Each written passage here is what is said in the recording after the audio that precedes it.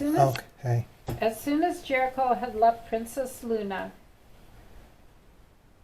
she looked at the list over when she said to herself with raised eyebrows at one thing.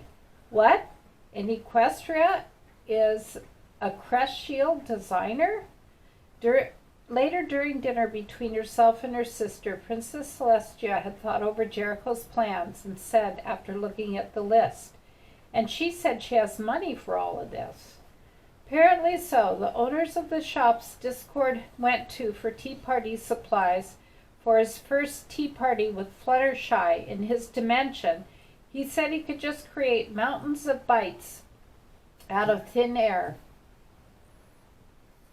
So my best bet is that she could transport the ones her family owns from her world here and somehow convert it into Equestria currency, said Princess Luna before noticing her sister was suddenly smiling. What?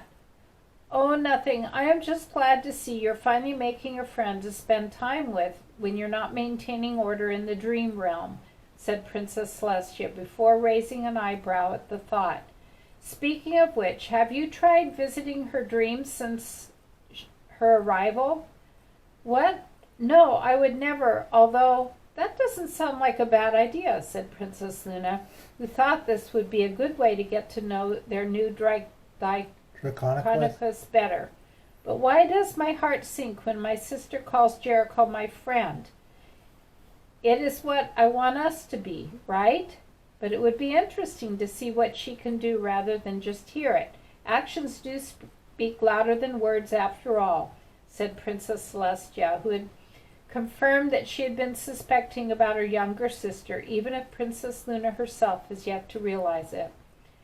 Princess Luna left the throne room thinking about her sister's decision in what was coming now from trusting their new Draconicus.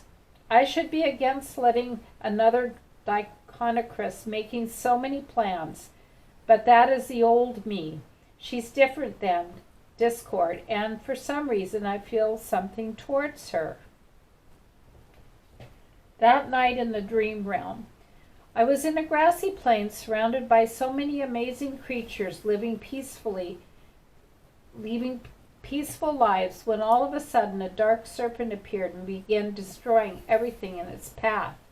No, stop this now, I shout while trying to save the innocent creatures around me. But the giant was burning everything away quicker than I could save it all. Why must you keep destroying everything? I looked around to see myself in a now scorched plain surrounded by nothing but destruction and death from the aftermath. Then 3 other monsters rose out of the ground, a giant scorpion, a giant warthog with many tusks, and a creature that seemed to be made of wind itself. They all surround me with the giant snake monster, as I was now even more terrified. No, please, I'm begging you. That is enough, came this loud royal voice before there was a huge blast of light. I opened my eyes to find Princess Luna flying down from a moon-looking portal to land beside me in what was now a dark voice as I said with a confused look, Princess Luna, what is going on? I may have forgotten to mention, as Princess of the Night, I also watch over ponies in their dreams. So yeah, this is all a dream, a bad one you are apparently having, said Princess Luna before looking worried. I've never seen such a terrifying dream. Want to talk about it? No, okay, yes, I say before sitting down in the black void with her. The animal-looking monsters represent the villains that ruined my life and the world I'm from.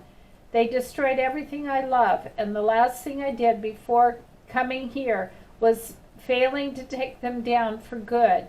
I was such a failure. I was in tears by that point, when I suddenly felt something feathery pull me into some kind of an embrace.